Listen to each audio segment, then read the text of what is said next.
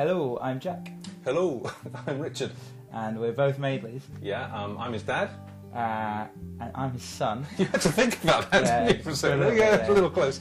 I think we've established who we are. Yeah. What do you want to talk about? Let's talk about fathers and sons. Why don't we? Okay.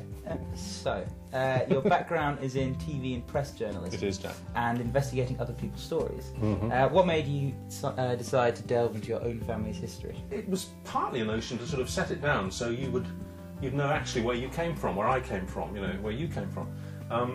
And then, you know, I suddenly realised, after a few conversations with friends, that that story about your great-grandfather, my grandfather, your granddad, my dad, and me, a lot you didn't really know about me, was in itself, people seemed to find interesting, so that's why I did it. Tell us how you went about the research for Fathers and Sons. There wasn't a lot of research to do, actually, Jack, because I knew most of the story particularly about my granddad, you know, and obviously my father, either from personal experience, you know, my memories of things that actually happened, or from eavesdropping on my parents, you know, when we used to go on these long drives up to Shropshire from London to see my dad's parents.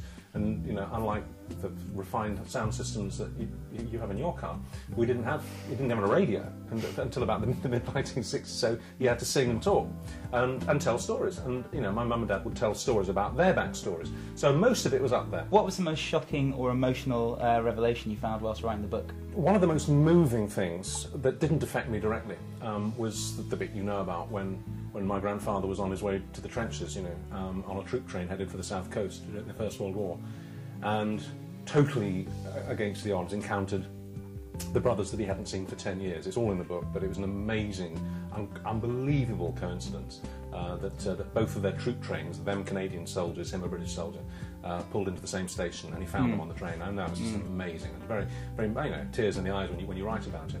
Well, what would you do now then? Have you got any other ideas for books or anything? I was saying earlier that I'm not very good at coming up with completely original ideas. As you know, I mean, I'm better at being given a sort of a raw idea, a piece of material, and then fashioning it into something.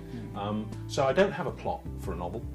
I don't have sort of an idea for fathers and daughters, you know, or mothers and, you know, but I do know that I want to write, and that I'll enjoy the process. So really, I'm just waiting for someone to give me a really good idea, and then I'll take it away and build it. Well, if you'll share with me some of the luxuries, I'll be happy to give you thousands of ideas I've come up with. Really good, you know. They're all locked up here. 3 tomorrow, please.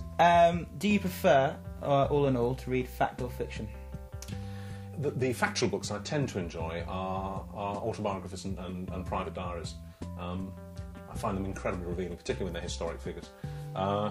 But as you know, novels are a passion, and the book club means that we get this wonderful eclectic mix of books 3 times a year, you know. So we get pretty much anything. Anything that's readable. Yeah, exactly. a good story, whether it's real or fake. Like your book. Oh,